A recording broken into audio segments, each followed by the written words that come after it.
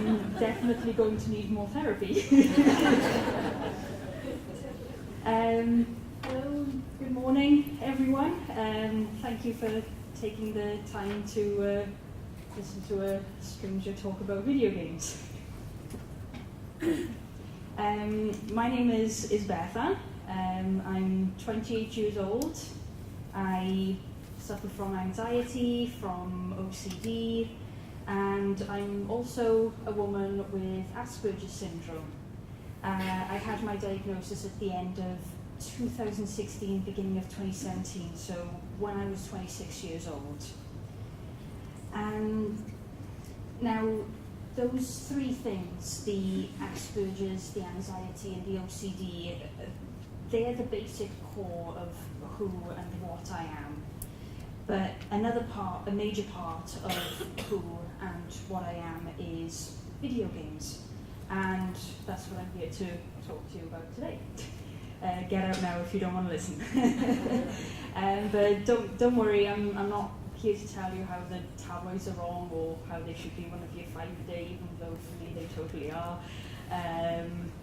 Rather, I'm here to tell you all how video games have become a very important part of my life and my being, and how they are a major help and comfort to me. Basically, how video games and gaming have helped me from when I started playing games at like 5 or 6 years old to now, and how it continues to be an important resource and outlet for this little Aspie.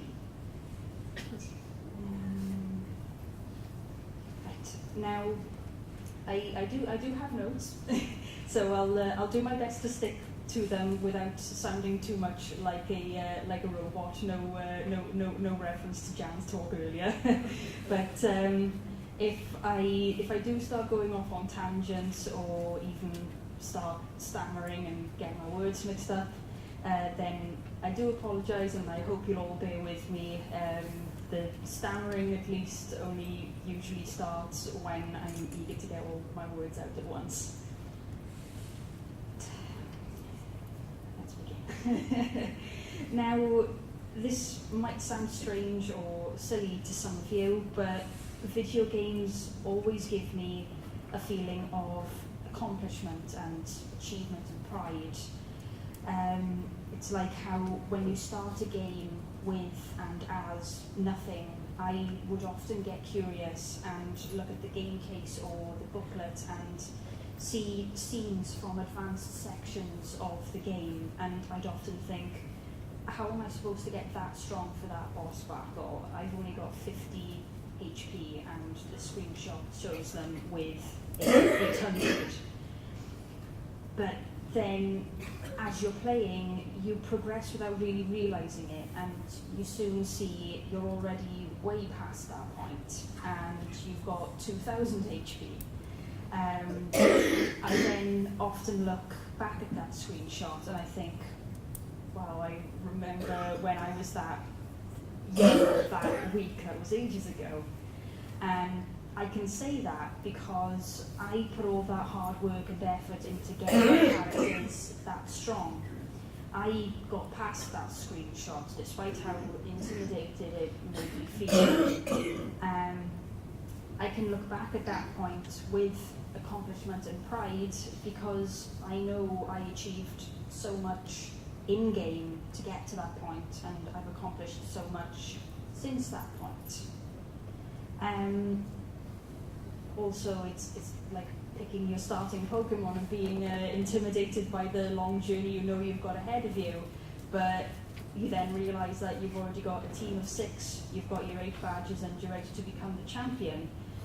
You did that. You travelled all that way, and you put all that hard work into raising your team because you kept at it and you didn't give up. And when you're someone like me who doesn't put much faith in your real-world capabilities, video games are the best way to get that sense of pride and accomplishment, because you know now that you are good at something because you did it for you. again, I don't know if this sounds silly or anything to some of you, but for me it really is true.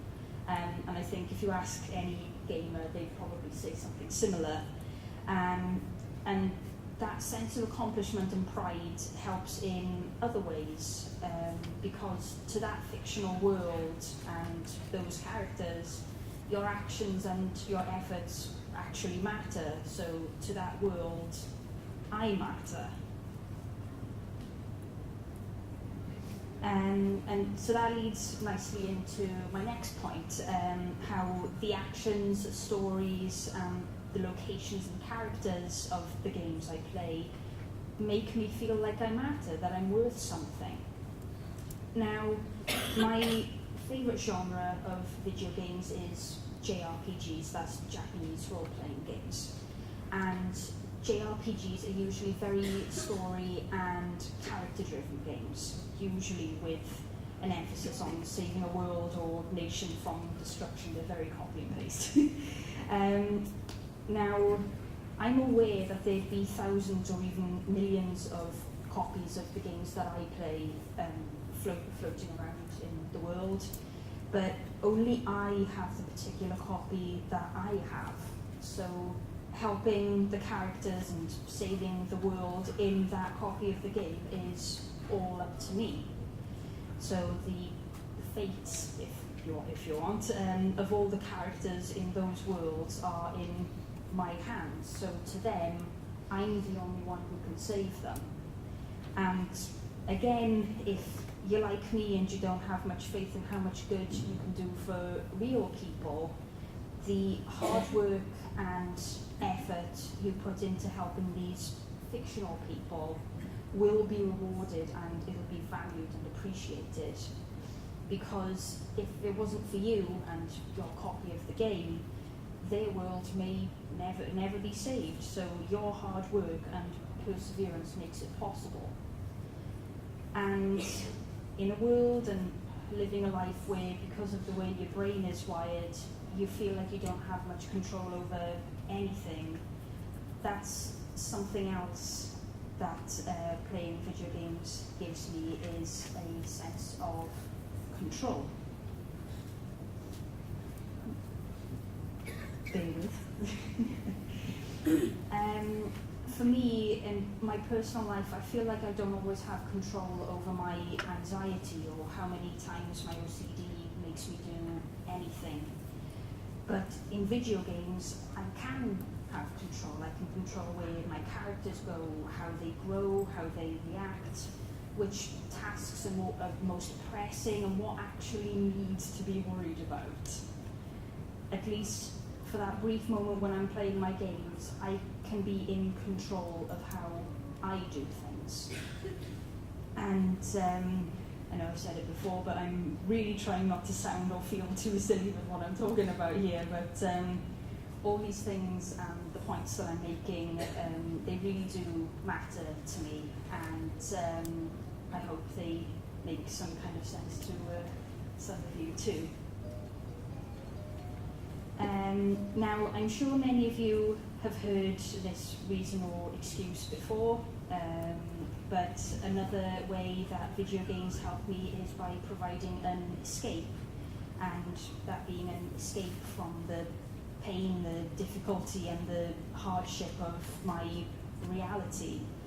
So for that 1 or 2 hours that I spend playing my games, I can forget how each trip to the toilet takes me over 30 minutes thanks to my OCD.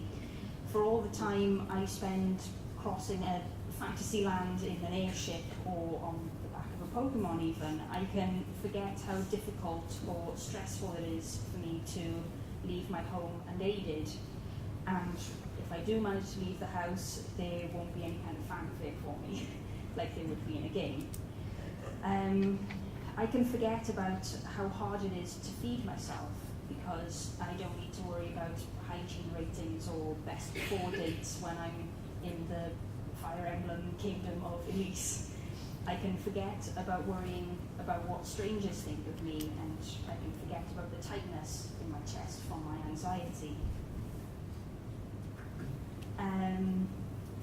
So this this game, this world, the planet, the characters, they all give me the treasured opportunity to be free from my daily struggles, because there, my struggles don't exist. So there, I'm not me. And I know there are people in the world that deal with even worse hardships, but when you're someone like me, getting that freedom from playing video games is invaluable, and it really means the world. Now, another way video games help me is with my imagination, quite an important way for me. I know there's this misconception that people with Asperger's don't have an imagination, but we do. It just might be different. And another one of my hobbies is art, and I've been drawing and producing art for most of my life, so that's at least 20 years. And playing video games helps to fuel my imagination by giving me so many awesome characters to influence my style or interpret in my own way. It gives me a world to be part of by inspiring me to create my own original characters to exist in that world. And the art I create is also a way for me to express my admiration for for video games as a medium. And without video games, I wouldn't have found this other important part of myself. The music, for example, in video games also inspires me in the same way, that I could hear a particular piece of music and I could imagine a particular scene or particular character from that game. And video games also inspire my imagination in the real world too, so by helping me come up with creative solutions to difficult situations in my life. So, for example, I could compare a real world situation that I don't fully understand to a situation in one of my games that has similar conditions, and that would be able to help me understand the real world situation a bit better, and vice versa. I could use video games to better explain myself. But the main instance where video games have helped me or helped with my imagination is with parts of my OCD. So by imagining and thinking about some of my favourite game characters being in the room with me, I've been able to cope with some aspects of my OCD slightly better. Because that character is my favourite, I don't want to embarrass myself in front of that character, and I don't want to let them down, because for all of their amazing feats, I want them to be proud of me. So like, if they can slay a dragon, then I can wash my hands. It's simple. It's not. And doing this helps to cap the number of times I performed some of my rituals. Again, because I don't want to embarrass myself in front of my favourite character. It by no means hasn't cured me of my OCD, and my OCD does spike on occasions. But when you've been living with OCD for at least 15 years, you'll take any opportunity you can get to make your life a bit easier. But this whole point was really just an opportunity for some shameless self-promotion. Didn't know if you noticed all the wonderful art there. Follow me on Twitter.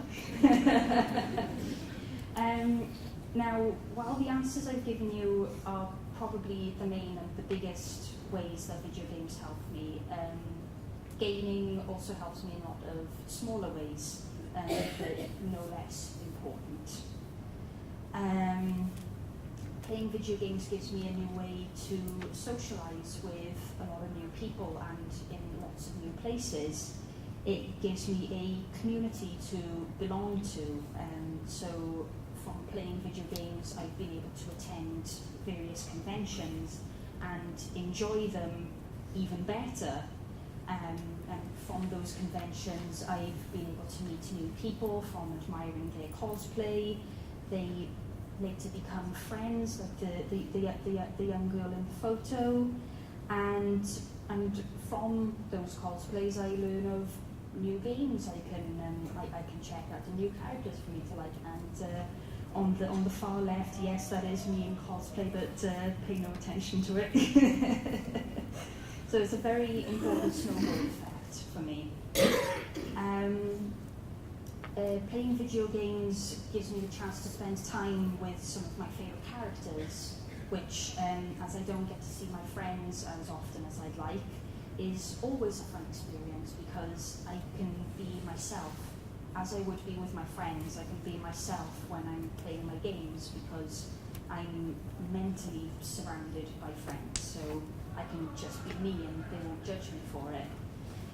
And it also helps to ease my loneliness.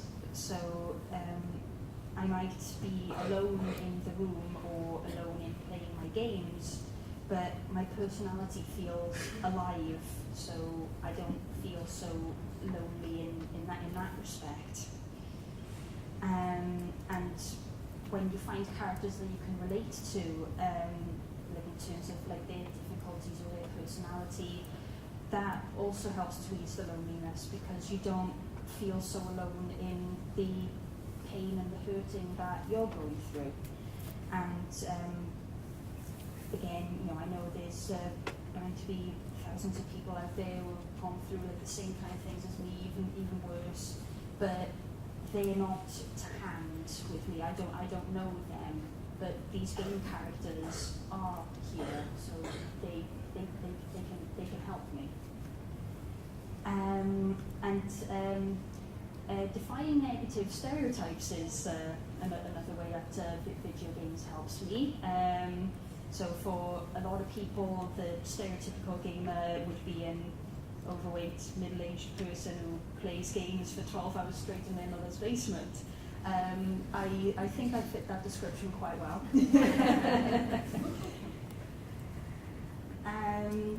Some people say that girl gamers are stupid or pointless, or they should stay in the kitchen, they don't know what they're doing. Well, I've been playing video games for over 20 years across at least 8 different consoles. You tell me I don't know what I'm doing. And a lot of people expect girl gamers to only play games like The Sims or Candy Crush Saga. Yeah, okay, I played Sims. And I'm sure a lot of you are aware of the various myths and misconceptions surrounding people with autism or Asperger's. If that's the case, then I invite any of those naysayers to invent time machines and catch any of these TED Talks from the beginning. A lot of those myths are quite unfounded.